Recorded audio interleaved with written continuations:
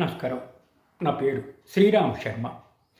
Karnataka high court ఇద్దరు జడ్జిల ధర్మాసనం justice Dinesh Kumar, justice Sivasekhar ఒక గార్డియన్షిప్ అండ్ వాట్స్ యాక్ట్ని అనుసరించి ఓ తీర్పిచ్చారు.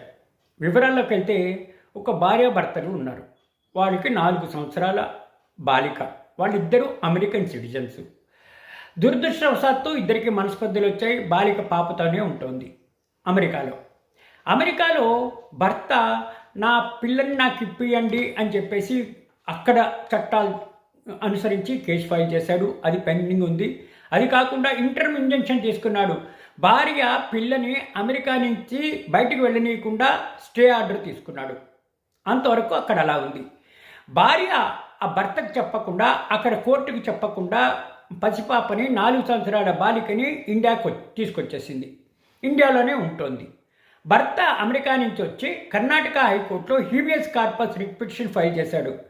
ఇట్లా అమెరికాలో ఫ్యామిలీ కోర్టు ఆర్డర్ ఇచ్చినా కూడా అది తొంగలో తొక్కి అక్కడ వైలేట్ చేసి ఇక్కడ తీసుకొచ్చి ఇక్కడ ఉంటుంది. ఇది హీబియస్ కార్పస్, నా పాపని నాకు ఇప్పించేటట్టుగా ఆదేశాలు ఇవ్వాలండి. అమెరికాలో ఆల్రెడీ ఫ్యామిలీ కోర్టు ఆర్డర్ ఇచ్చింది, దాన్ని వైలేట్ చేసింది అని. ఇక్కడ ఈ భర్త వేసిన పిటిషన్ను తిరస్కరించింది ఈ కోర్టు. ఎందుకంటే అమెరికా చట్టాలు విడిగా ఉంటాయి, భారత్ చట్టాలు విడిగా ఉంటాయి. ఆ చట్టం ఈ చట్టం ఒకటి కాదు, ఇది మేము ఎంటర్టైన్ చేయలేము.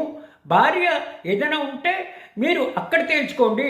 భారతదేశ చట్టాల ప్రకారము ఇక్కడే 5 సంవత్సరాలు మైనర్ బాలిక తల్లే guardian, natural guardianship and wards act చెప్తోంది.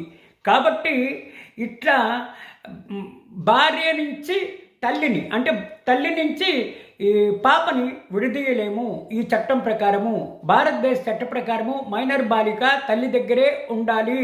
విజిటింగ్ రైట్స్ ఏమైనా ఉంటాయి, కస్టడీ మాత్రం ఇవ్వడానికి వీల్లేదు ఈ చట్ట ప్రకారము అని తిరస్కరించడం జరిగింది. అంటే దీని అర్థం ఏంటి? అమెరికాలో ఏదైనా సరే ఇట్లాంటి ఆర్డర్లు పాస్ చేస్తే ఇండియాలో వ్యాలిడ్ కాదు.